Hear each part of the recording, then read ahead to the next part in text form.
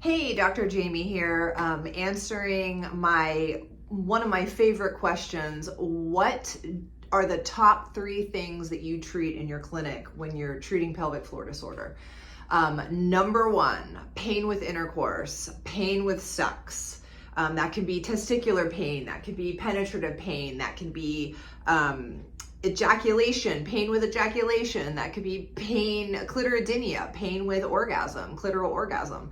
That could be anything around nookie, okay? So always, you can help your patients if they have any type of symptoms around intercourse. Sex should be fun. Everyone should be able to enjoy sex. Oftentimes it's not talked about because they feel really embarrassed about it, that they've been together, that they've been, maybe they have a new partner, whatever the answer is, or the reason is that they're talking to you about with sex. It doesn't have to hurt. It's supposed to feel nice and fun and enjoyable. So number 1, pain with sex. Number 2, genitourinary issues. This is a huge one in all populations, all the way from pediatric patients to your patients who are aging out, who are, geriatric age.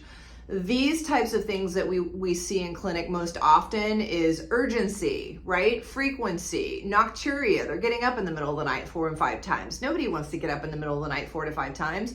You're cranky when you wake up. So see that a lot. We also see bladder pain syndrome, which oftentimes gets the blanket diagnosis of interstitial cystitis. Well, yes, as much as I hate to say it, I see patients, but most of the time it's bladder pain syndrome, and you can definitely help with that.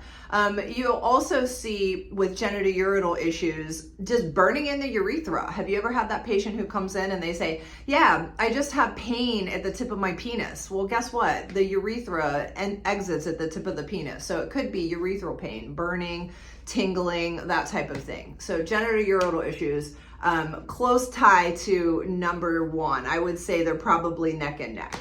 Number 3, tons and tons of vulvodynia. Vulvodynia is, again, another one of those super blanket statements, diagnoses that it's like, we don't know what's wrong with you. You've got tingling, numbness in your left labial majoris, is vulvodynia. Well, maybe it is, maybe it isn't. Maybe it's just fascial, little Rice Krispies that are binding up those superficial nerves, causing tingling there.